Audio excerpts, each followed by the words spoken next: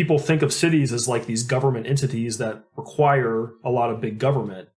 If you were to look at it in a more granular way, like if you were to look at a specific block in a city, in a lot of ways it's kind of like a libertarian ideal writ large, in the sense that any given block in a city has dozens of businesses. And if it was built before zoning, it has potentially hundreds of homes built above that. And so you've got hundreds of people or thousands of people kind of in what Jane Jacobs described as the street ballet of living their day-to-day life, participating in voluntary exchange, and thousands upon thousands of business transactions. And so that's a very complex process that I think is voluntary and bottom-up and does not require a lot of government planning necessarily, because when any given person wakes up in the day and participates in these transactions, they're not consulting their government on what to do. They're consulting their own internal needs. And so I kind of see libertarianism in cities in a lot of ways. And I think that when cities follow that libertarian impulse, they do really well. And I think the barrier to all of this type of thing is political. Like, it makes sense on paper. I don't see how anybody can't think that it makes sense, but there's so many like little special interests and sort of patronage mills that exist within our city governments that it's hard to imagine these programs really happening. But I think above all, my answer for all of it would pretty much just be let the market work.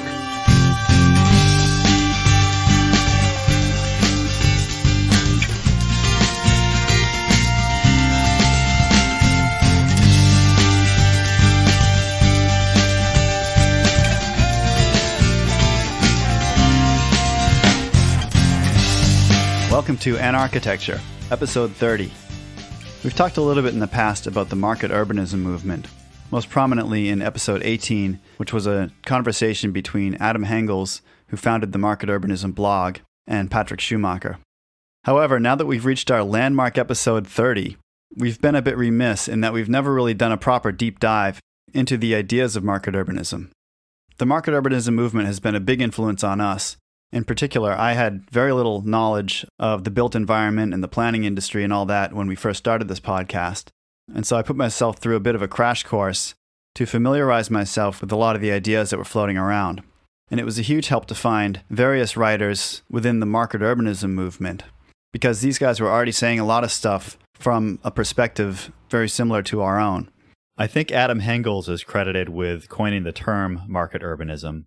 As Joe mentioned, I had recorded an event with Adam a couple of years ago and got to meet him and a few of the other writers over at the original Market Urbanism blog, like Nolan Gray and Stephen Smith, who runs the @Market Urbanism Twitter account. That original Market Urbanism blog has influenced a number of other people who are calling themselves market urbanists. And one of the most prominent purveyors of market urbanism out there on the scene today is Scott Beyer. He is the founder of the Market Urbanism Report, which is a blog and podcast that continues to develop and popularize the ideas of market urbanism.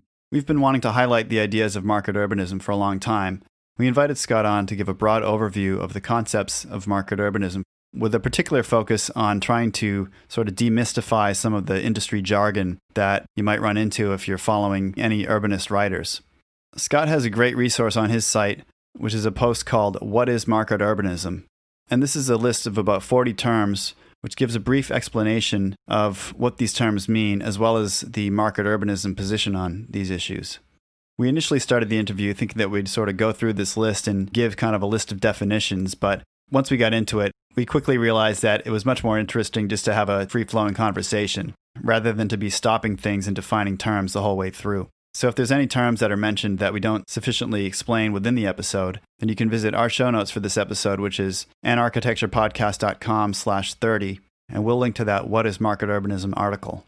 We really appreciate what Scott and some of the other urbanists out there are doing. As you'll hear, Scott is pretty knowledgeable, not just about the big ideas of market urbanism, but about the specific things that are going on in lots of cities across the U.S., as well as internationally. We see ourselves as kind of color commentary on some of this stuff, whereas guys like Scott are really down in the trenches, looking into these specific issues in various cities. As we said in our intro to our interview with Chuck Marone from Strong Towns, we explicitly come at these issues from an ideological, libertarian, anarchist standpoint, where we want to push things right out to the extremes of eliminating government involvement and try to figure out how we can make that work.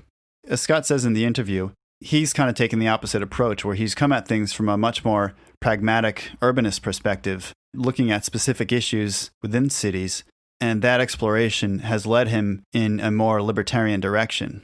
There were a few points in the interview where I thought we might get a bit of pushback from Scott from a more pragmatic standpoint, saying, okay, well, that sounds nice in theory, but in practice, we live in the real world and there's only certain things that can actually get done. And I was surprised to find him agreeing with us more than I thought he would on some of these issues and on some of the approaches that we would prefer to take.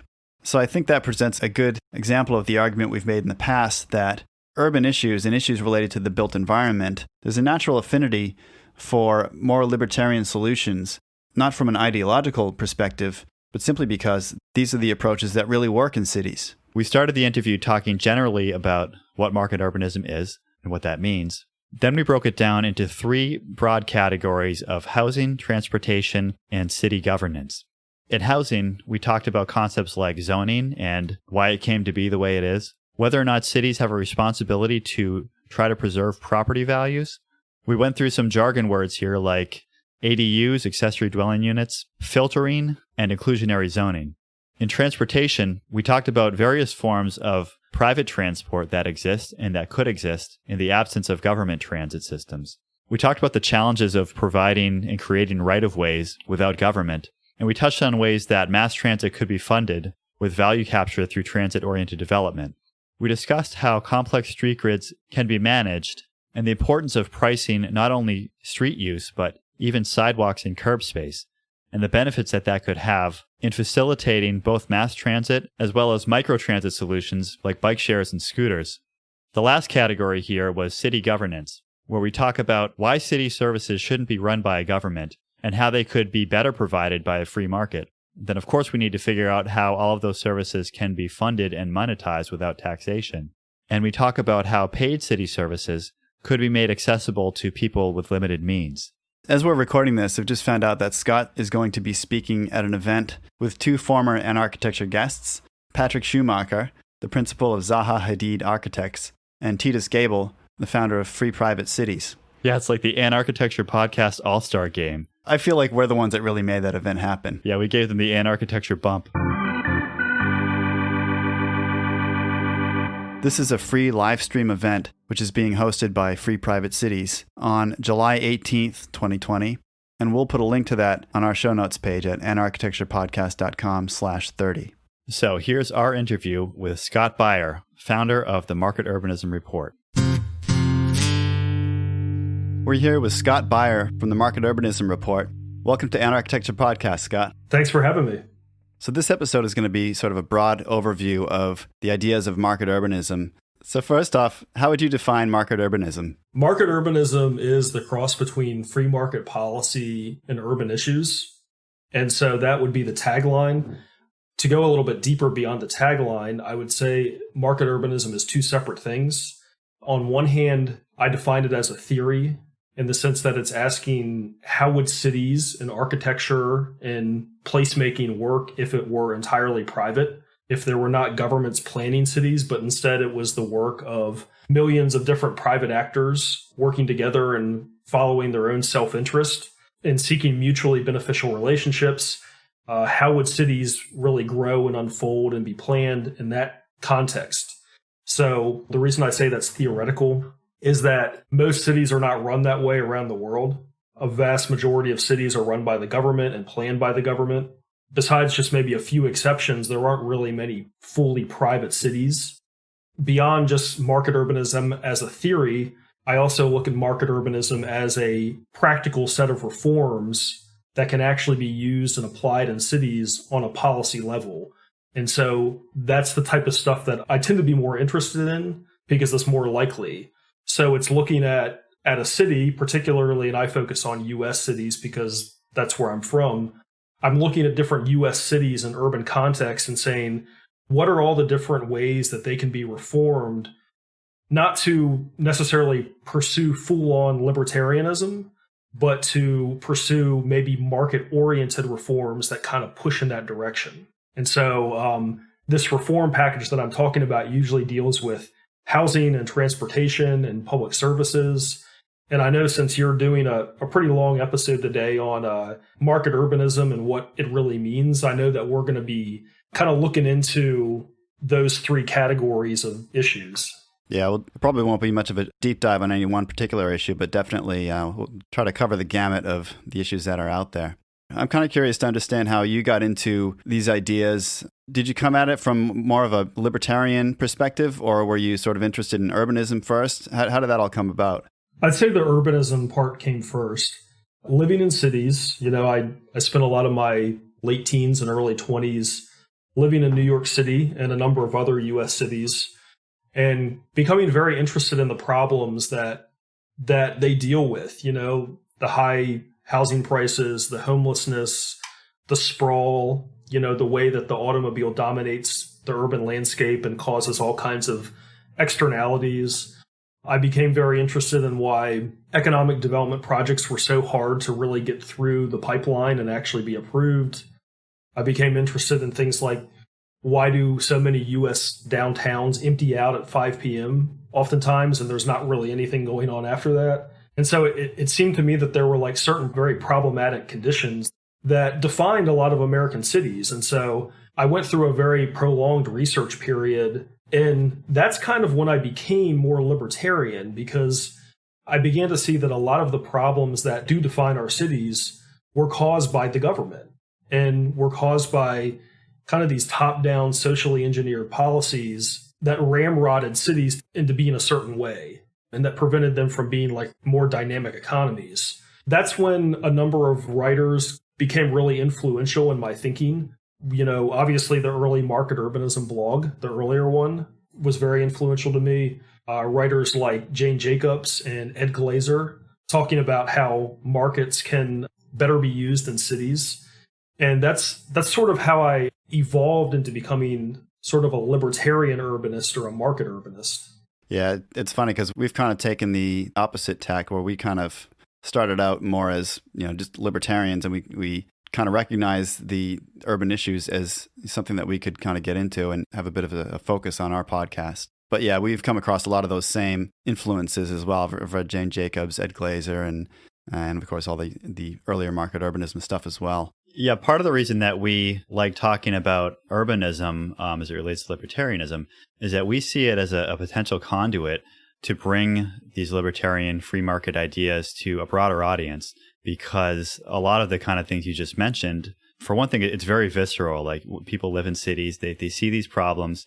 And I think that when we start to explain it in the terms you just did of why these things have come to be and what some potential solutions might be, I think that we can do that in a way that they're not necessarily politicized, like left and right politicized issues. Some of them are, they have their detractors here and there. I think for us, we see urbanism as a good way to talk about some concrete issues with people and introduce concepts of free markets and libertarianism more generally. Yeah, and I think that the two have a great deal to do with each other. People might not think that offhand, because when they think of a city, they think of what you need to even have a city is you need to have these really complex top-down infrastructure projects that require some government organization. That's how it's often perceived. And so it's like, how does a city get a street grid? Well, you had to have a government come in and oftentimes enact eminent domain and various other broader taxation and various other planning mechanisms in order to put that street grid down. People think of cities as like these government entities that require a lot of big government. If you were to look at it in a more granular way, like if you were to look at a specific block in a city, in a lot of ways, it's kind of like a libertarian ideal writ large, in the sense that any given block in a city has dozens of businesses. And if it was built before zoning, it has potentially hundreds of homes built above that. And so you've got hundreds of people or thousands of people kind of in what Jane Jacobs described as the street ballet of living their day-to-day life, participating in voluntary exchange, and thousands upon thousands of business transactions. And so that's a very complex process that I think is voluntary and bottom up and does not require a lot of government planning necessarily, because when any given person wakes up in the day and participates in these transactions, they're not consulting their government on what to do. They're consulting their own internal needs. And so I kind of see libertarianism in cities in a lot of ways. And I think that when cities follow that libertarian impulse, they do really well. Yeah, it's like, you look at these neighborhoods and cities, and there's a bodega on certain corners, there's a laundromat on somewhere, next door or something like that. And it's not like there's someone who's ever come and said, okay, well, we need to have this many bodegas in this neighborhood, we need to have this many laundromats and all that. It's the market that's really determined that allocation of resources and of uses of those spaces. And the same goes with, like I said before, you had all these restrictive zoning with the allocation of housing and residential units and all that kind of stuff. So you mentioned earlier that there are three main areas of focus, those being housing, transportation, and public services. So why don't we get into some of those details? With housing, what do you see as some of the key challenges in cities, and how can market urbanism approaches try to resolve those? So I think the broader market urbanism take on housing is that we want it to be a free-flowing, unregulated, market-oriented process. And so a market-oriented approach to housing would basically say that people can live in the type of housing that they want to, and live where they want to, and live at the densities and the level of demand that they want to. And so if cities follow these market demand signals, a big market urbanism premise, again, this is sort of the theoretical version of market urbanism, would ask, what would cities look like if you could just build housing anywhere and development could happen in any which way? What density would they be? What would the layout be? So on one hand, the market urbanism take on housing is sort of like this abstract question of how would cities develop under a free market? How would they look? How would they work? But I think getting again more to the pragmatic level, the market urbanism take is looking at very specific acute housing challenges that take place in U.S. cities. Things like really high home prices and inelastic markets and homelessness and the issue of rent seeking and things and zoning and things like that, and saying what are the specific policies we can pursue to overcome those barriers. And so I could go down the list, and I think we will to some degree, but I'd start with something like zoning, the idea of restrictive zoning, and the idea that like we have these really hot urban markets that have really restrictive zoning, and so it prevents people from being able to agglomerate in them and live close to jobs. Yeah, we've talked a bit about restrictive zoning previously. Obviously, that's one of our key things as libertarians focused on the built environment. That's a big topic that comes up. Can you talk about some of the specific issues with zoning and how they impact the development of housing? Sure. So I think the main zoning that I'm against is the idea of having single family, which I would call restrictive zoning, that's placed in hot urban areas. So, for example, San Francisco would be an example of one of the most productive cities in the United States. It's one of the leading job markets. And people think of it as kind of a dense city, but really like 75% of it is either zoned single family or is something very close to single family, like maybe duplexes. That really emphasizes just the fact that you have all kinds of people who want to live in the city. The prices of the land and of the median home prices really reflect this high demand, and yet the city cannot change. Like a developer who buys a land plot in a single family zone neighborhood either cannot change that zoning, or if they attempt to get some sort of waiver or upzoning, they're going through years of planning. That's like the very specific regulation that I would be most against, is that restrictive zoning.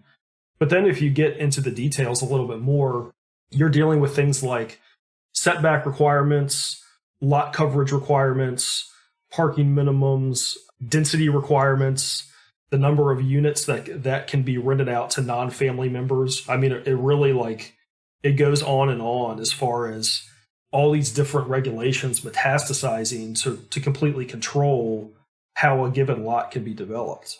Yeah, I work a lot with zoning codes with some of my projects, and I mean, it's like you go through them, and you're right. It's not just any one thing that causes a problem. I mean, there are some big ones, like obviously if you have a single family residence zone, obviously that's going to be a problem. The minimum lot sizes per dwelling unit is a big problem. That's the one I often see people getting hung up on. I have a project going on right now where it's a 100-year-old building that has 6 units in it. and it's in an area that's zoned where it's like a character district or whatever, and maybe we can talk about what that means, where they have these little graphics of what the building should look like in the district, and all the little graphics look just like this building. And if you look at it, you're like, okay, that building probably has, 4 units, that building probably has 6 or 8 units. But then you go down through the list and you get to the minimum lot size per dwelling unit, and if I do the math on this lot, it says that I'm supposed to have only 2 units for what has been for 100 years a 6-unit building. Yeah. And so, I have a developer who wants to add on to that. And if you were to put an addition onto the building, not to add units, but just to expand to kind of make the built units work a little better that are there, it would kick him back to having only 2 units in the building. I mean, this is the kind of stuff that is just so counterintuitive. And I mean, I wonder if people who are putting these things forward and sitting on, planning boards and zoning boards, if they even understand this stuff. I mean, do they even understand what the impact of some of these things are, or are they just, following the letter of the law? I don't know. I mean, I was having a conversation the other day with a public official who had just been elected into the city council in my city. And we were discussing the zoning of what we call like a big husk in the middle of our downtown. It's a large, what for us is a skyscraper that it's about 8 stories, which is tall for my city. And it has been a shell for almost a decade because the financing fell through during the recession and it never really got back and got redeveloped. And so you've just got this big empty husk. And we were discussing the zoning in the way that it had originally begun as a hotel and now they want to rezone it into housing. The official I was speaking with was saying that he wanted to have a minimum number of units of something like 10 to 12 allowable units that they can be subdivided into. And I was just trying to explain that when you do that in an 8-story building, that means the units are going to be massive. If you can only allow 12 units, if a 8-story building is only zoned for 12 units, they're going to be very large and very expensive. And if they can be zoned for 100 units, then basically that means you have a bunch of efficiencies that would probably sell for relatively cheap. To answer your question, no, I don't think people understand necessarily. I don't think they have the math in hand really to understand how the financing and how the regulation really dictates the price of a unit. Right. So what do you think has motivated some of these restrictive zoning requirements historically? Was it just a matter of, in 1976, a town took a look at what was developed and said, this is good enough, and said, this is what it shall be forevermore? Was it that dumb, or is there some ongoing set of priorities that people are working into these zoning ordinances and comprehensive plans and things that just seem to persist year after year as cities are expanding and growing? Well, it usually goes way back further than 1976. In a lot of cases, it's early 20th century stuff. I think a lot of cities, they grew kind of using a combination of private deed restrictions and municipal zoning. Those tended to grow together during the progressive era. And I think it was some combination of wanting to be racially exclusive, wanting to be exclusive towards certain classes of people. I mean, people understood then, that if you allow a duplex on a single lot, it's going to be more affordable to people than allowing a single family home on that same lot. And to them, that was a bad thing. So, yeah, I mean, I think it kind of grew out of race and class exclusion and maybe some other things too. I mean, I think people had a natural desire to want to separate industry from housing because that separation had not necessarily been prominent in our industrial cities, and the mix of residency and industry created a lot of problems. So I think there was a legitimate desire to use zoning to separate residents and industry.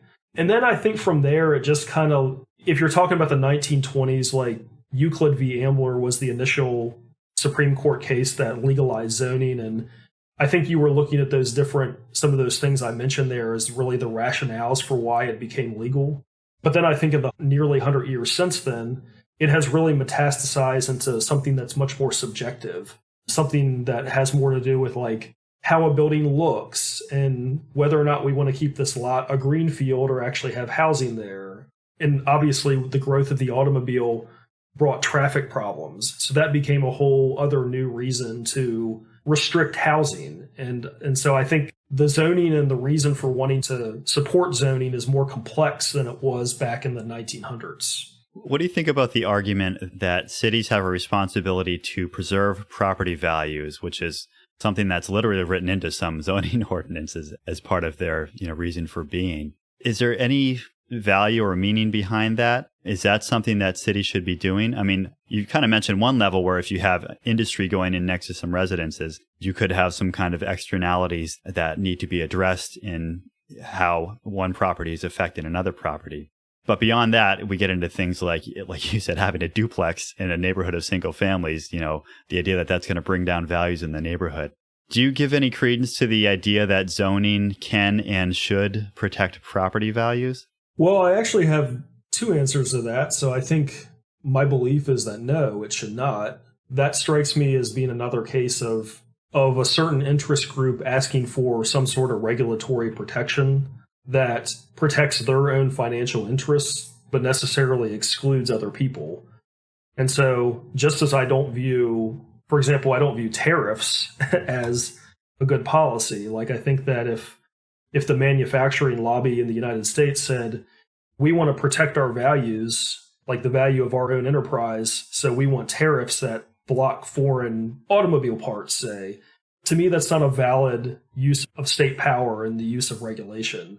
And so I kind of view housing the same way. Like, no, an existing entrenched homeowner lobby should not be able to use regulation to protect their property values. That said, kind of the interesting irony of it is that if those regulations were not in place, I actually think their property values would increase, because if you can build more on your lands, if people at least have the option to maximize the value of their property to the highest and best use, that will increase their property values. And so that's always kind of been the conundrum of all this, and something that doesn't make a lot of sense to me as far as like why people would necessarily call for these regulations. Yeah, there's a house just next door to me that's been applying for a few years to do I think they want to try to subdivide the lot and build a second unit on there. And, I'm seeing the typical kind of NIMBY response to that where, of course, there's, character of the neighborhood is the big one that they always throw out, which means nothing.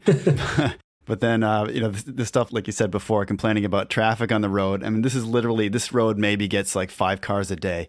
It's just a tiny little side street. Right. But then the other thing is, complaining about, it's going to take down the value of homes in the neighborhood. And I'm thinking about it. I'm going, you know what? With my lot, if I know, or if a buyer knows that they can buy my lot and subdivide it, that's going to have a lot more of a positive impact on the property value of my home than preventing that from happening. Right. Just the fact that it's got a single family house on it now isn't really what's driving the value. I mean, especially in these days where within a certain proximity to a city, it's really, location drives a lot of the value. And when you can subdivide a lot like that, effectively what you're doing is you're capturing that sort of location value of the land twice. And so it creates this incentive to develop more densely, to do some sort of infill type projects that both provide more affordable housing in that area, as well as increase the property values for the existing owners. So, yeah, like you said, I think people just don't do the math on a lot of this stuff. There's a lot of kind of knee-jerk, NIMBY type responses, and they're just not really thinking it through. Yeah, I don't really understand it either, but I will say that one regulatory reform that has proven pretty popular in the United States, very relatively, like it's kind of the one market urbanism success story that we're starting to see, is you'll see these state or city level housing bills that say single family zoning is effectively not in effect by, like, people can build up to the next increment by right. So, for example, Minneapolis legalized duplexes by right across the city. And I think what's going on there is the reason that was just popular enough to be able to pass is that homeowners did realize, like, hey, if I can build an ADU in my backyard, that's more money for me. So it's sort of like if a developer can build a 5-story condo several blocks away, that doesn't necessarily increase the homeowner's property value because that's actually competition for them. But if they can slightly upzone their own property, then suddenly it becomes a financial win for them and they're willing to, back the legislation. All right, so you just mentioned one of the potential solutions out there, which is ADUs. part of this episode is we're trying to demystify some of the jargon around urbanism and market urbanism. So can you talk a little bit about what an ADU is and why they exist and how they can help to solve the housing issue? Yeah, it stands for accessory dwelling unit, and it is an additional unit to a single family home that can either be attached or detached from the main structure. So an example of an attached ADU would be like a basement that has been retrofitted to actually be housing and is rented out on the private market. An example of a detached ADU would be like a cottage home in the backyard that might have been used for storage before, but it's been kind of fixed up and turned into a home.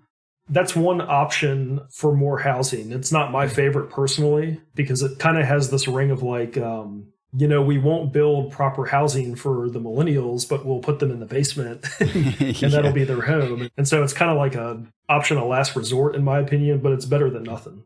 Yeah, I agree. I actually have a building permit out right now to put an ADU in my basement in a house I moved into last year. So we have a walk-up basement, and we're going to fit that up to be an office space for ourselves and then an ADU for when we want to rent it out. So, I mean, for me, like an ADU, it's this kind of fiction created by zoning ordinances where first they take something away, which is your ability to build a duplex or a triplex or whatever.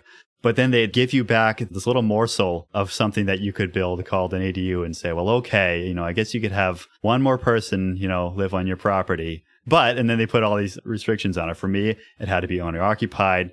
There's, all kinds of different restrictions that they tie in there when all they need to do is what you said earlier, just allow places to get to that next increment of development. Just say, if you have a single family, you could build a duplex if you have, and maybe you have to meet certain requirements like your septic system or whatever. But those are just technical requirements that can be sorted out. And beyond that, let people build what the market will bear. Yeah, it's always kind of struck me as the housing version of breadcrumbs.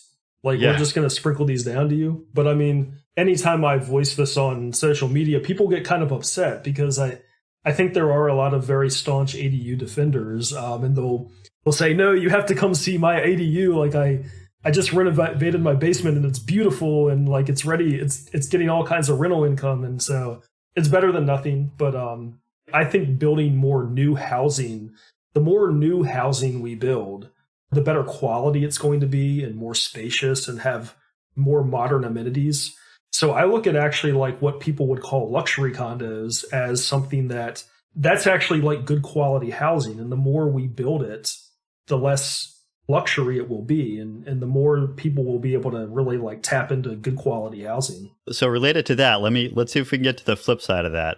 As you said, obviously one solution out there is to build more new housing, right? That puts more units on the market, you increase the supply, and hopefully that helps to keep prices down.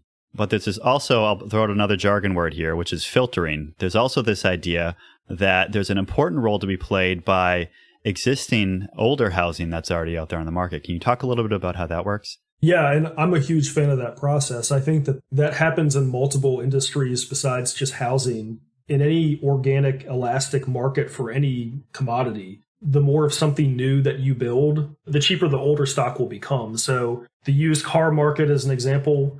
New cars are generally more expensive because they come with the shine of novelty and they have newer amenities. And that naturally allows the depreciation and the lowering of prices for older cars that you buy off a used car lot. I'd like to see housing begin to work that way, and I think that it does in markets that are elastic. And so you see that in the markets that allow a lot of new housing, the older neighborhoods tend to depreciate over time, and the housing becomes cheaper and an option for the lower and middle class. Yeah, and of course, when you start talking about filtering, quite often the first knee-jerk response you get is, the fear of gentrification, because you're talking about building new, high-value luxury units, or not necessarily luxury, but higher quality units than what may be existing in that neighborhood. And then, of course, the fear that people get is, well, what about the people who live there now? I know if you're tearing down my apartment building and putting up something that I can't afford, then I'm going to be, I'm going to be out on the street. I heard a statistic on another podcast where this guy was saying that the reality of gentrification is that there's something like less than 10% of people in a neighborhood get displaced when a whole neighborhood gentrifies. And those people who do get displaced typically end up relocating to another neighborhood of essentially similar quality to the one that they left. I think there's a lot of wishful thinking that goes on with these sort of gentrification discussions where it's like, people kind of say, well, look, you're building new apartments in this neighborhood. So really it's the people who live there who kind of deserve those new apartments. And people like to blame the market for these sort of outcomes where it's like, well, sorry, you can't afford that. But at the end of the day, it's like, well, you're not necessarily any worse off if you're able to move to another place that's kind of similar quality to where you left. I mean, sure, there's people have attachments to places and all that, but if it's a big enough and sort of fluid enough city, then there should be plenty of options for someone to move to some new place. The other side of that was that when gentrification happens, the existing residents who do own their apartments or their units or whatever tend to benefit from the increased property values just because there may be new amenities that come in or the overall kind of attitude about that neighborhood improves. So whenever you hear about gentrification, quite often you hear this sort of a single anecdote about the one shop owner that got kicked out because they wanted to put in some sort of high-end store or something like that, or a high-end coffee shop. Or, the single mother who got kicked out of her apartment or whose building was torn down, and she had to go move somewhere else. I think when you look at the actual outcomes of that on a kind of a citywide scale, it's a lot less worrisome than what the opponents of filtering and all that stuff would have you think. Right. If I were a mayor or some sort of elected official within a city that was dealing with gentrification, and I actually did have to answer to people's concerns on this type of thing, I think there would be a good way to achieve a middle ground. If people are actually getting displaced, so I think in the worst case scenario that you mentioned, it would be kind of like an older project that was affordable is getting torn down and replaced with new luxury units.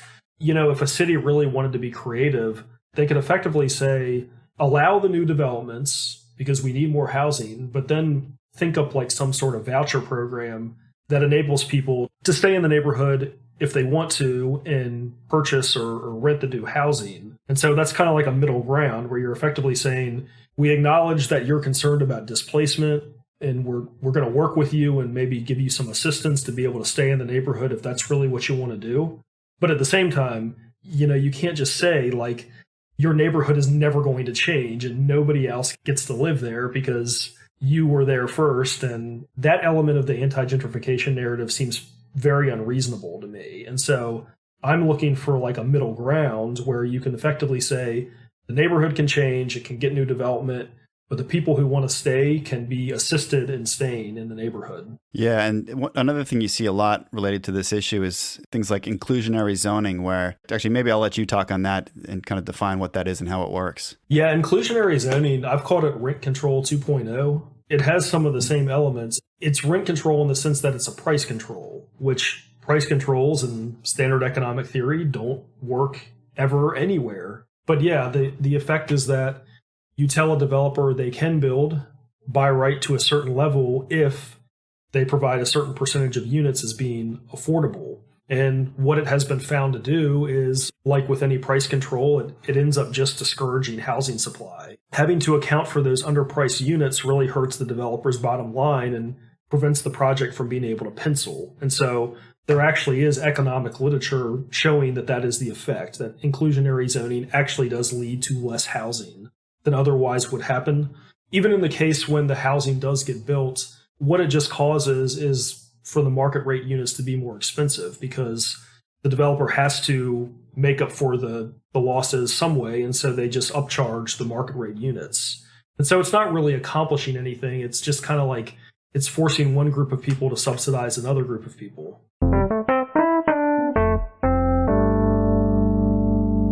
All right, well, there's probably a lot more we could say about housing, but why don't we leave it there because we do have some more stuff we want to talk about. Let's jump to transportation and talk about some of the issues that come up with transit, both in cities and in suburban and rural areas.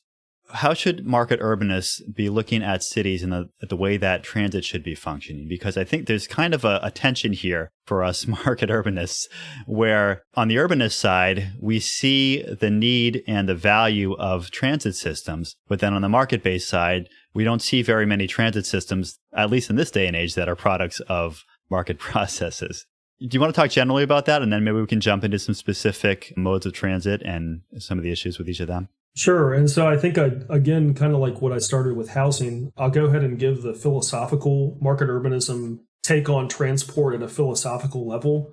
Like we already established, if we have a city that is unplanned and where the development can kind of just happen any which way and based on consumer demand, I think where a lot of people would jump in then and say, okay, so if you have all this density and you have all this like kind of growth chaos, so to speak, how are people going to get around? And is a market really efficient enough that it's going to like rise up and sort of like provide services that get people around in an efficient fashion without any planning? And my answer is actually that yes, I think it can. I think that humans have always been mobile and they've always valued and put a high price on the ability to move and mobility. And so I do think that the private market would rise up and really provide transit or some sort of transportation services to get people around efficiently. To now pivot to where does that happen specifically? I've found that there are a lot of examples of privatization and transport. In a lot of cases, you do have city street. Like if you go to a lot of developing world cities, you have surprisingly developed mass transit networks, and a lot of them are very bottom up. I find that a common scenario, for example, in Mexico City, they call them peceros, which are these little minibuses that go all around and have informal routes that are often guided based on consumer demand or like a specific request from a given patron. And so they're flexible and they're kind of like efficient. The drop-offs and pickups happen very quickly and they're very cheap. And I view that as kind of like that's market urbanism. That's an example of market urbanism. And you do see it. They have different names, but you see these sorts of nascent transportation industries pop up all over the world where it's allowed. Yeah, it's like the Uber of driving. Yes. Well, we have our example is Uber. You know, it's sort of like that's the first world example, but that's really not innovative. It's sort of just piggybacking on what happens all through the second and third worlds. Yeah, it's funny, with libertarians, there's this running joke, which is, who will build the roads? Because that's usually the first thing that you get asked if you try to tell someone that infrastructure can be developed privately. But it is, when you start to think about it, it is challenging because you get to cities where you've got all these people, all these kind of different, potentially conflicting interests, and yet somehow, they all find a way to make it work. I was reading Alain Berthoud's book, which is Order Without Design, and he's very much on board with the whole bottom-up planning, basically very light touch in terms of zoning and regulation and all that stuff. But the one thing that he is pretty firm on, he's like, well, the government has to determine where the kind of key routes are and the key roads and build key infrastructure like bridges and stuff like that. And, of course, as an anarchist, I'm looking at that going, no, I don't think so. like we'll figure it out. Yeah, I would dispute the point too. I think there are examples of where private infrastructure has been built all the time. And I think that there are still examples. I mean, here in the US, like Elon Musk has been kicking and screaming to be able to build hyperloops for years now. And I think it's the only issue that he's really facing is the government won't grant him the permission. And it's kind of hard to like carve out the right of way. And so I think the one thing where Alain Berthoud may have a point is I think in the developed world and probably in a lot of developing countries, it is hard to find the right of way to be able to develop a complex and built out transportation route. But if those right of way challenges, if that aspect of it gets solved, then we've seen over and over again that private capital will come in and build a transportation route as long as, they know the customer demand is there. So, I mean, that's not unprecedented by any stretch. Yeah, isn't there, is it the Bright Line? What is that, like a sort of light rail commuter train or something that's just opened up in Florida? Yes, that's a high-speed rail that is connected. Last I checked, it was Miami to Fort Lauderdale, but I think it's going further north. And again, that's a right-of-way issue that they've had to spend a lot of money and time to really settle on. But another example would be there's a proposed bullet train between Houston and Dallas. That's hitting right-of-way battles. There's a bullet train suggested between Los Angeles and Las Vegas that is private. I want to say that's Virgin that's trying to build that, and that too is hitting right-of-way issues. So it's kind of like the demand is there, the capital is there to build these things, but it's the planning and the government situation that prevents a lot of it. Yeah, I mean, I guess you could see if someone wants to build a high-speed rail a block away from me, that's obviously going to bring in some noise issues and stuff. I rode the Acela train when it was fairly new back in, I don't know, late 90s or something like that. And it's supposed to be this high-speed rail going from Boston to New York to DC. And when I rode it, my impression was that the thing just slowed down through every little town through Connecticut. It had to slow down to like 20 miles an hour or something like that because, obviously all these kind of NIMBYs there have probably negotiated some sort of agreement about how fast this thing can go through their neighborhood. So I'm sitting on this thing going, like, you call this a high-speed rail? And then, of course, I've been to Japan where, high-speed rail is just the way you get around there, and it's fantastic. But as a libertarian, this is the sort of thing that it gets a little bit tricky because you are talking about people who are, who have existing homes in these places and you want to come and build a high-speed rail or something like that, or even a highway or whatever through their neighborhood. And, there will be nuisances that introduces. So it can be challenging. As an urbanist, you say, well, this is really the best thing for this area. Like you can kind of see long-term the benefits that it's going to bring. But then as a libertarian, you're also going, oh, but these people have their property rights and they should have some sort of say in whether these nuisances can impact their properties. Now, we've talked a lot about privatizing infrastructure, and we have talked about these issues of nuisances and stuff as well. My thinking is that when you have an issue like this, there are ways that you can negotiate with those existing property owners. And I think that if it's done through some sort of a government body who's meant to represent, this whole town or this whole group of people, then it's sort of this, one step removed from everyone where you're going to get either some sort of sweetheart deal that happens where, the developer gets their way and then all the neighbors, are just going to be fed up with this thing for its entire existence. Or it could go the other way where the neighbors basically have complete sway over the local government and just block the project. But I think that if the private developers could negotiate directly with, some of these property owners, that there would be a much more amenable process that they could discover.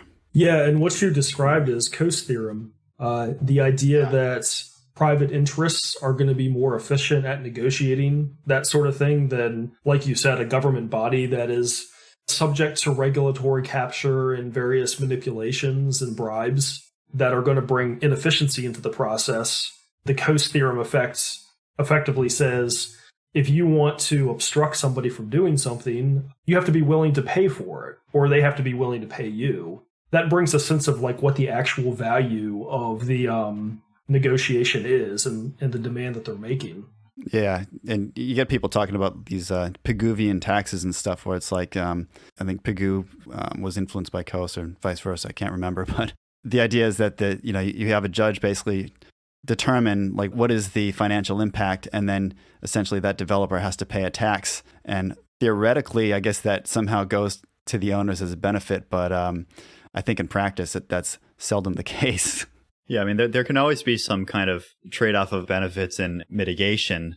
I think the critical question for us is what is that process of allocating that mitigation, of deciding what is a nuisance or what is a kind of a property violation, and then what's a reasonable type of mitigation to address that without necessarily preventing the project outright. I've heard some different ideas about that as far as like, if you're a developer in Manhattan and you want to build a 100-story tower, maybe there should be some sort of mechanism by which you can effectively pay off the people who are going to be impacted by it, who are going to like receive the shadows and the higher traffic.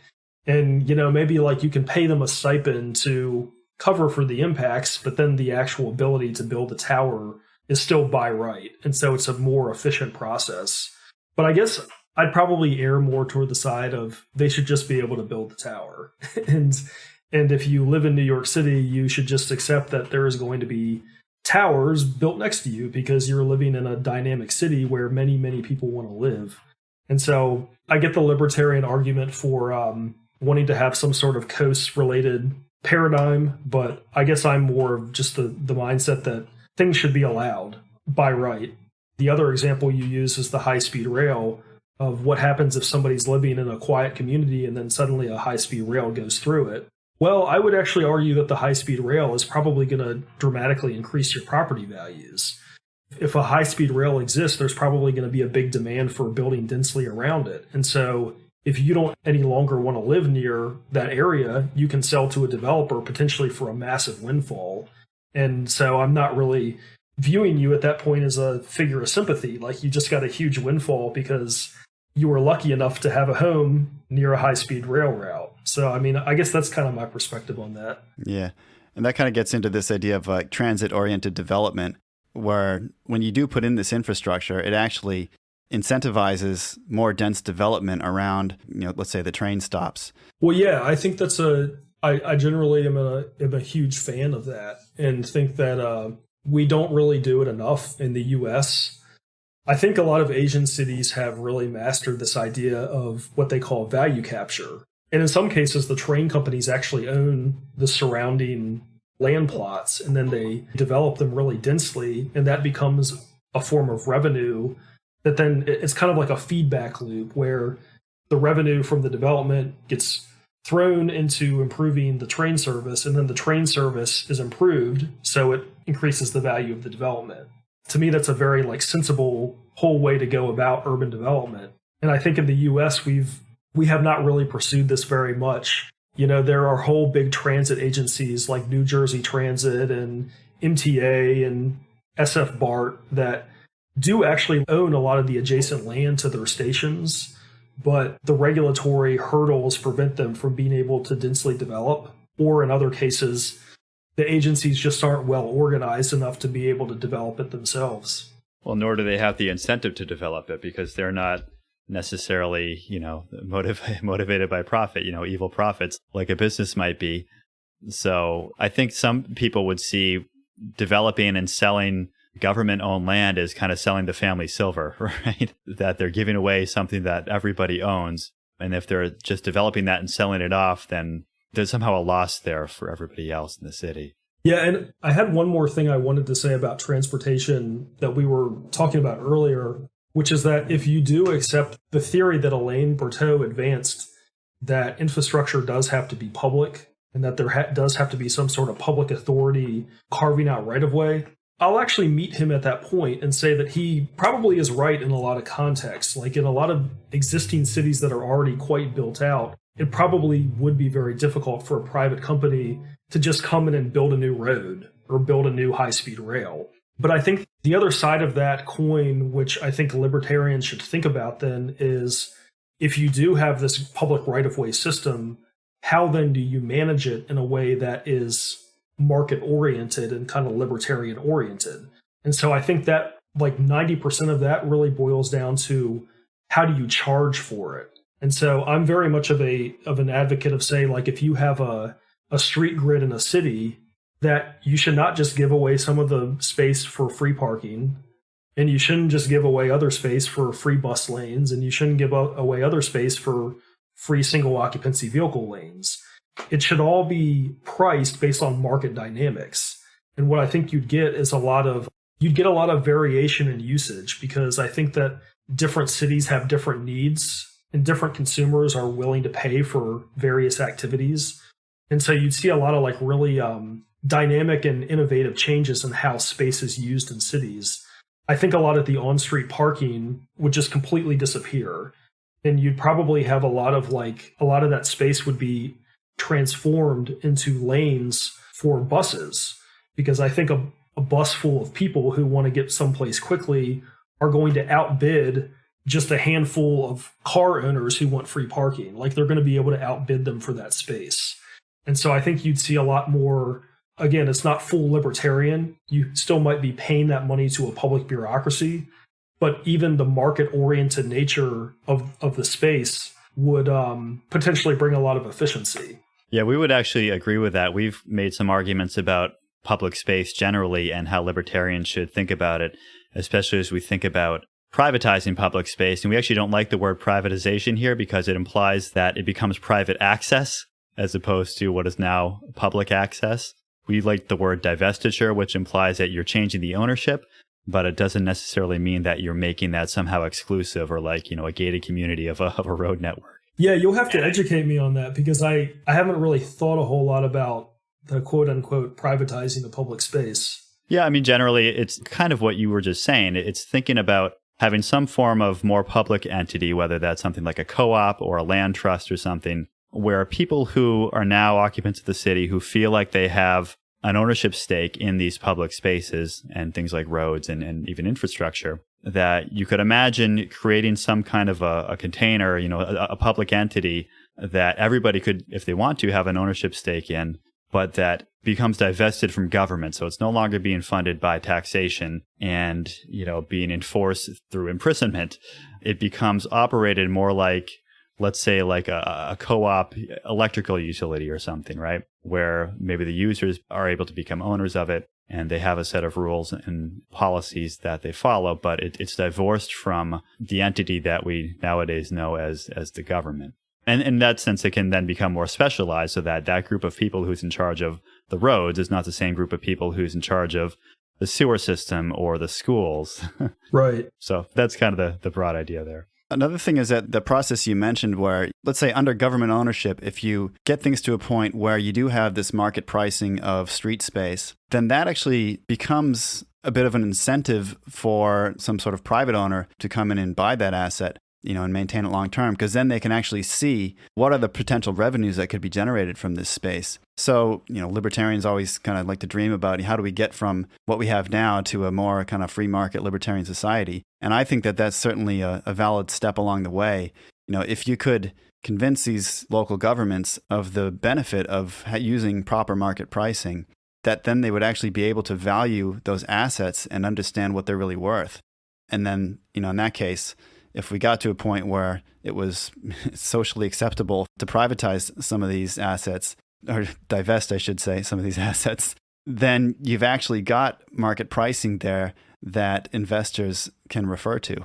Yeah, and I've thought about that quite a lot and am a huge fan of the idea. I mean, just thinking of a place like New York City, if the curb space were for sale throughout the different boroughs, I think what you would probably see in some cases is you'd see an entity like Uber, or maybe bus companies that want to carry more people than Uber typically does, might want to actually buy some of that curb space. And then if they own the sidewalk as well, they could build some bus shelters that are typically probably going to be a lot more attractive than what the public bus company provides.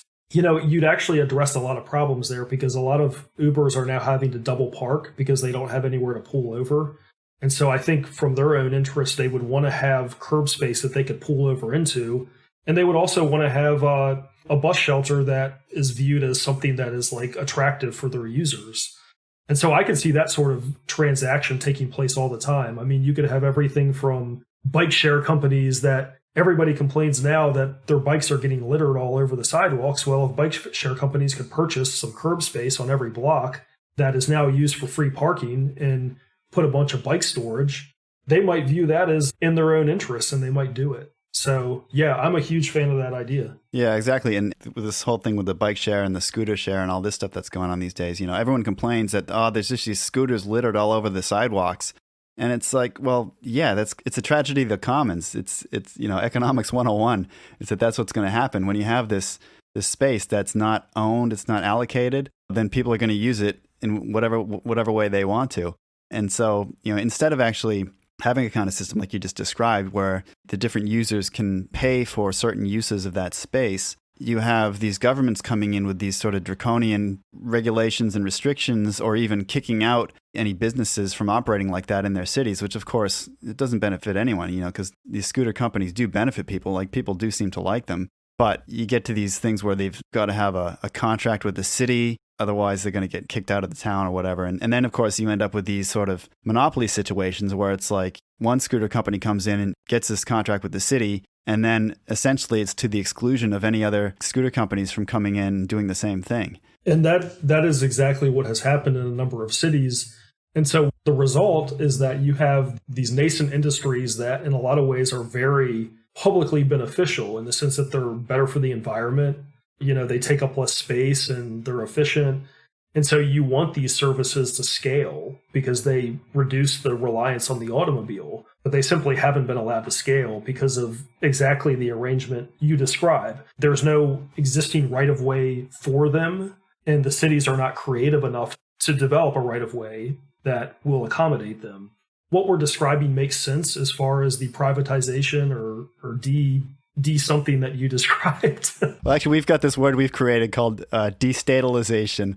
But we don't expect that to really catch on. Destabilization. Divestiture was the word that Tim used, yeah. Well, yeah, I mean, I think these ideas make sense, but the chance of them passing politically seems very, very low, because if New York City just started selling its curb space to Uber, you can imagine just the shrieking that would take place from the body politic there. Oh, yeah. But I mean, it's rational, and it makes sense to me.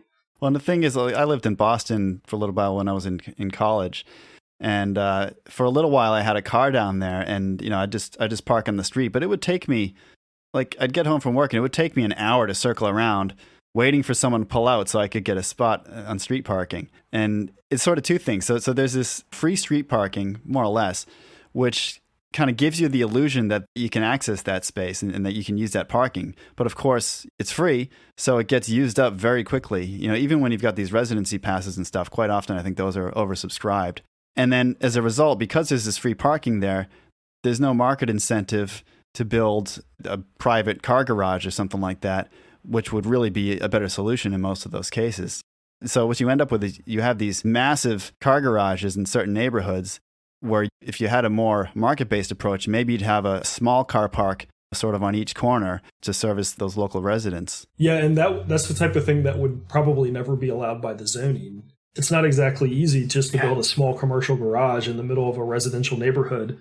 But I mean, what you just described is exactly what I have been advocating for quite a while, which is that you should have these sort of centralized parking structures that are allowed by the market that accommodate people when the on-street parking runs out. At the same time, I don't really know if that would even be necessary if you simply just charged for the on-street parking, like you charge for the use of permits. Because I think what would happen, I know firsthand from the Boston situation that, yes, they do allocate too many free permits in their neighborhoods. And so what happens is you'll have all these people bring their third or fourth cars that they never use and just effectively store them on the streets. Yeah. And so, it's that tragedy of the commons type scenario that you're talking about.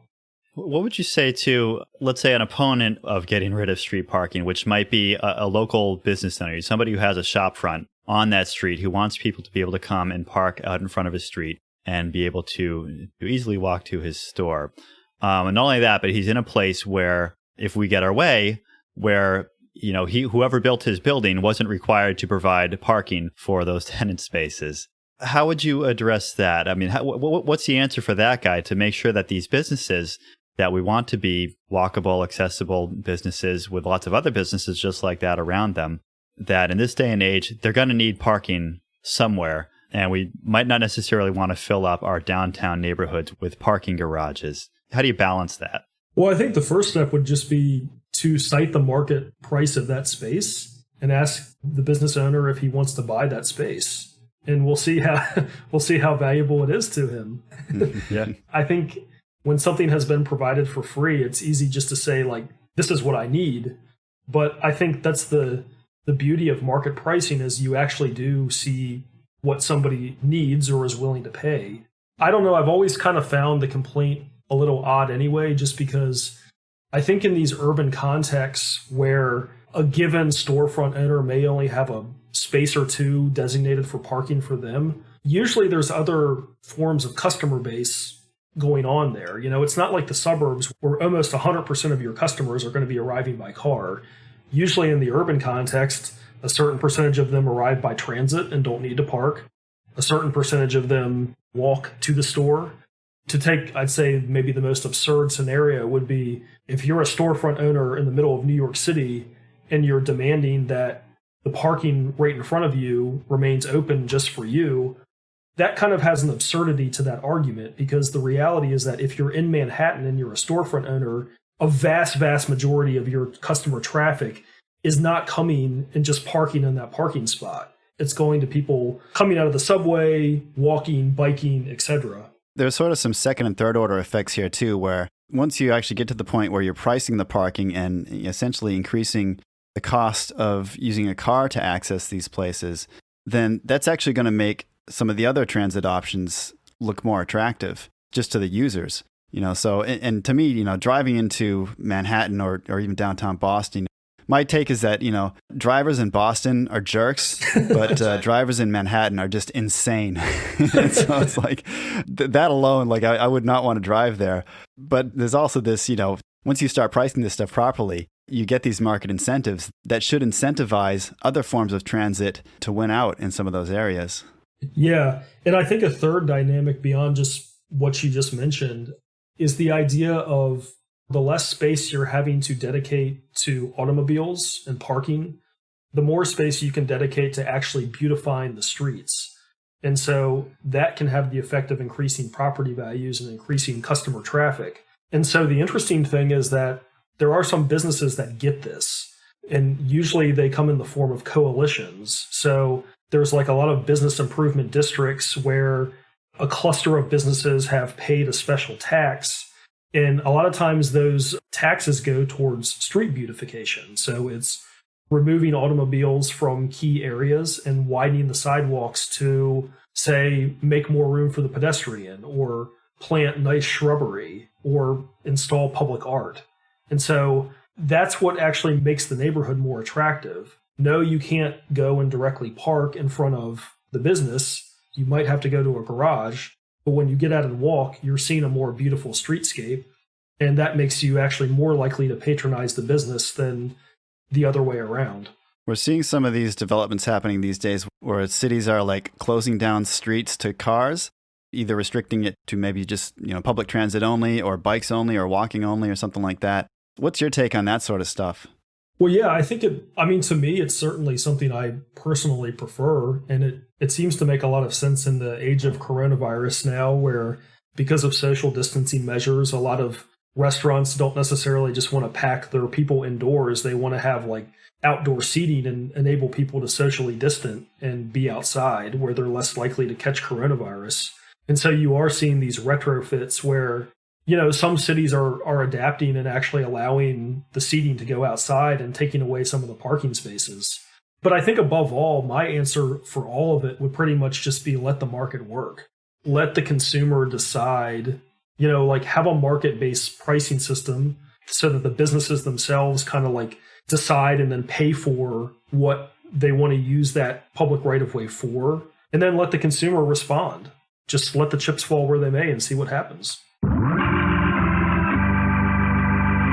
Well, before we let you go, Scott, we did also want to talk a little bit about governance. Obviously, the word city has become synonymous with government. And when we think about governing a city, it's hard to think about that without thinking about the types of municipal governments that we have today. What do you see as some possible approaches or arguments we could make as market urbanists for ways to get to more of a market-based system of city governance? Yeah, well, I think it's some of the things that we've already discussed in respect to transportation.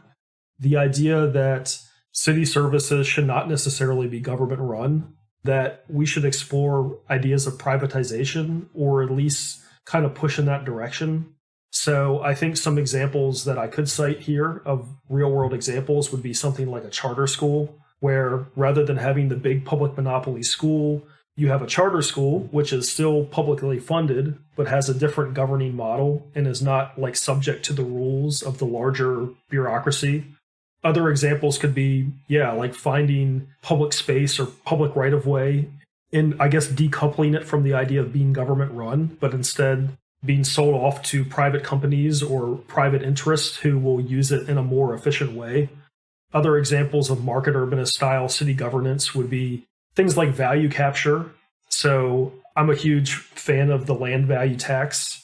The idea that you, rather than taxing things that are productive like consumption and income and property improvements, you tax land, which is a way to recoup the value of the investments.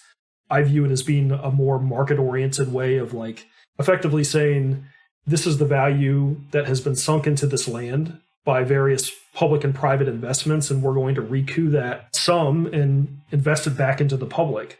So yeah, it's thinking about market-oriented privatized solutions that could be applied to different aspects of what we typically think of as public. One of the problems I see with, probably the main problem I see with government provision of these services, and we've talked about this already, but there's no connection between the demand for those services and the funding and provision of those services, because everything just gets paid through various forms of taxation. You mentioned this land value taxes as one possible source that could possibly better align those tax payments with the provision of services and the provision of value that is created by those government services. Mm-hmm. But I would argue that even that is still a pretty blunt tool for funding and monetizing the various services that government provides. And so I guess my only point here is that I think that part of our goal or part of our argument should be that we need to, as you said with the charter schools, you need to separate the payment system through taxation from the provision of services and start to allow some kind of supply and demand feedback loop to come into that process where, as we've already talked about, there starts to be a more rational way of pricing these services based on how they're being used and who wants them and who demands them. Yeah, and I mean, there's other models as well that I document on my website called What is Market Urbanism that goes into like 40 different issues. And when it comes to the city governance, there's a couple different things. I mean, not just land value tax, but something like user fees. If you use the recreation center or the park or the school or the road or whatever, you pay a user fee, and that becomes a form of revenue stream that then is used to maintain that facility. And so that quite literally is market feedback. That is, the consumer is paying the amount that they perceive to be the value of using something. And so to me, that seems like a form of privatization. You know, another example would be something like tax increment financing, which the way that works is that if you want to make an improvement to a specific neighborhood, you have a special tax that is thought to be the incremental value that is created by that amenity. So the revenue that comes from that extra tax is then used to pay off the bonds used to fund the amenity. And so it's kind of like this immediate form of feedback that is very, very different than just typical property taxes. Yeah, and we're, of course, with you on that. I mean, I think the user fees they do what we've just been describing, which is to align the demand with supply and the provision of services and tell the city what's working, what isn't, and what's valued and what isn't, so that they can allocate their spending, rationally. Of course, the devil's advocate argument there would be, well, okay, if you start charging everybody for everything that they do, there's some segment of the population who might not be able to afford that. They might not be able to afford to pay for whatever the going rate is for a parking space or for a public park or whatever the charge is out there.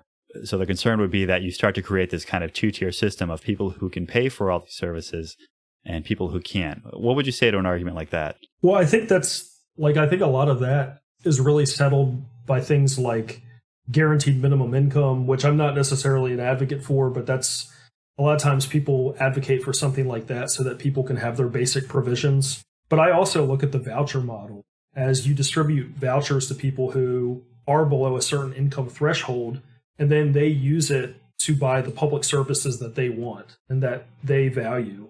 And so an example that I find really compelling and that I'd like to see tried in an American city is, rather than funding an MTA, like basically saying we're going to provide the transit ourselves by funding an MTA and a transit bureaucracy, just give people transportation vouchers and let them shop the private transit market. And so I think you would probably have more efficiency and consumer choice than just having this big monopoly that requires ongoing funding and has all kinds of public choice problems and inefficiencies. Yeah, I would agree with that. Right now, what we have is a system where the supply of services is being used as a means of wealth redistribution. And I think that whether or not you think that there should be some kind of forced wealth redistribution like we have now with various government systems, as you just said, I think that we could kind of compromise on that and say, okay, yeah, let's have some kind of wealth distribution. Like that can be the thing that government does. And again, I'm not arguing for this. I'm saying that let's just take that and set that aside. Like we're not going to fight that fight right now. But why would we want that wealth distribution system to be funneled through the way that roads get built and the way that things get developed and the way that infrastructure is provided why don't we just price those things rationally so that they can respond rationally to a market, and then have the wealth distribution be its own separate, efficient system that actually gets wealth efficiently to the people who might need it. And as you said, maybe that takes the form of vouchers or something else. But yeah, I mean, I think you're right. I think that the idea that we're going to provide all these free services to people because there's a small group of people who otherwise might not be able to afford them, it just sets those services themselves up for failure. Well, I saw an interesting tweet the other day by a handle that had some sort of neoliberal tagline. I think it might have been like Los Angeles neoliberal or whatever. And so neoliberalism, I don't know if you would describe that as full-on libertarianism, but they kind of have some of the same mentalities. And the tweet he wrote was, fund people, not bureaucracy. And so I think what he was going with there is, if you're going to have government spending and government programs, just send it as a direct check to the people who are going to use it the way they want, rather than having the Department of Transportation and the Department of Sanitation and all these different departments that are all kind of like patronage ridden and not really efficient. And so I think there's a lot of wisdom to that. And if we're going to have government funding, I would sooner it be in that manner than the existing one. Yeah, I would agree, because what that does is that it opens up these services to allow for competition and allow for other market actors to come in and possibly provide better, more efficient, cheaper services. I mean, you could think of the example of schooling. You mentioned charter schools. Right. You could imagine if a school district, if a town took its school district, and rather than buying the buildings and hiring the teachers and everything, they say, we're going to keep everything just as it is. We'll keep running this organization, the school organization. But rather than taking the money to pay for that, out of property taxes or whatever, and just grabbing it out of the general pool of funding, we're going to figure out that this is how much tuition costs for each student. You just send that voucher or whatever it is to each student, and then they pay it to their school, and then that gets paid back through the system to make it work. But then you allow other providers to come in and to provide services where they could possibly get funded by those vouchers as well, so that over time, if there's some private school provider who's going to come in and provide a better service, then they'd be able to do that, and you don't have the situation where in order for somebody to send their kid to a private school, they have to pay all the property taxes plus tuition to another private school. That's just one example, but you can imagine that being extended to all the other various services that government provides. Yeah. And I think the barrier to all of this type of thing is political. Like, it makes sense on paper. I don't see how anybody can't think that it makes sense, but there's so much vested interest. There's so many like little special interests and sort of patronage mills that exist within our city governments that it's hard to imagine these programs really happening. I mean, like a public school division is never going to be in favor of just giving people vouchers, because they probably know that they'll use the vouchers to go to private schools because private schools give better education. And so it's sort of like they know their careers are done if we ever have a program like that. And so there's just not like this incentive there to really do that sort of radical reform.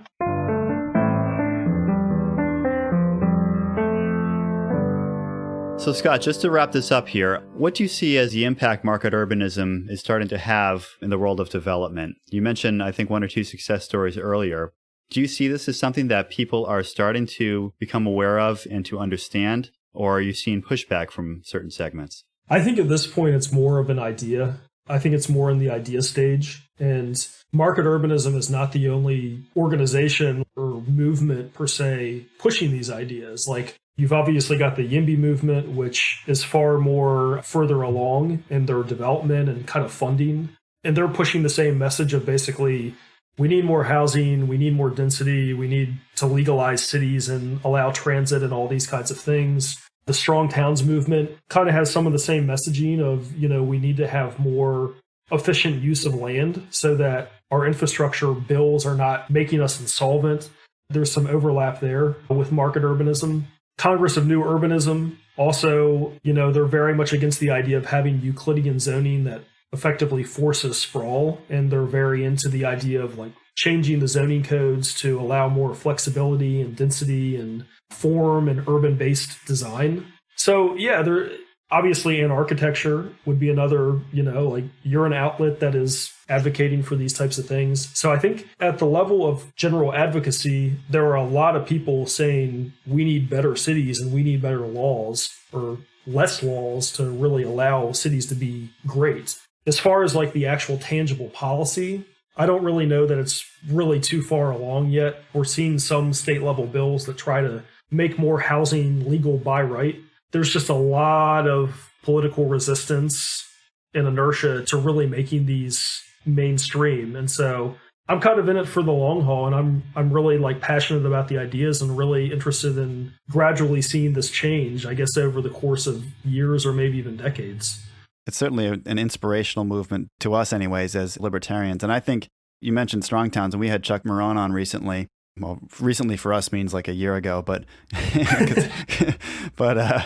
we've seen a pretty good response within the libertarian community to the interview that we did with Chuck, to the point where, you know, we're seeing some people that I didn't even really know were into this kind of stuff that are starting to refer to strong towns and mention some of these ideas by name. And I'm sort of hoping that this interview has a similar effect and that some of those people will start tuning into more the market urbanism stuff and, of course, to your stuff.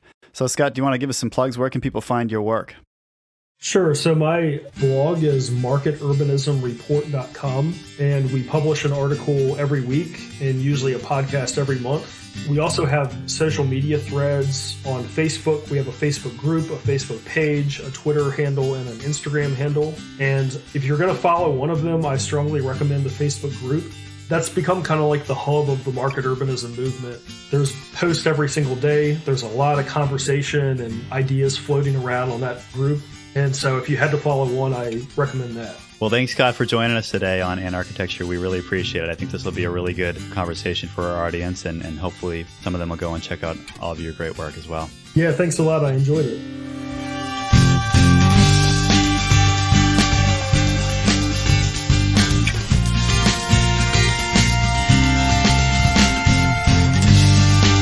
Thanks for listening to Anarchitecture Podcast, the built environment of a stateless society. Visit anarchitecturepodcast.com to follow our blog and social media and find out how you can support us through Patreon or with cryptocurrency.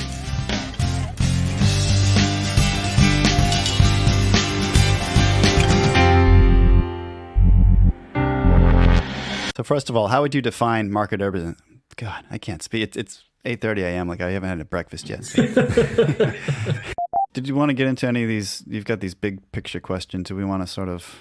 Let's see. It's 8:42. I haven't had dinner yet. So. Yeah. No, we'll let you go. Yeah. But yeah, I mean, if you want to do a couple more questions, I'm fine with that. Yeah. When do you think it's going to get published? Is that going to be like a? Oh, let's. Can we mark our calendars, Joe? Yeah. Look. Clear your summer.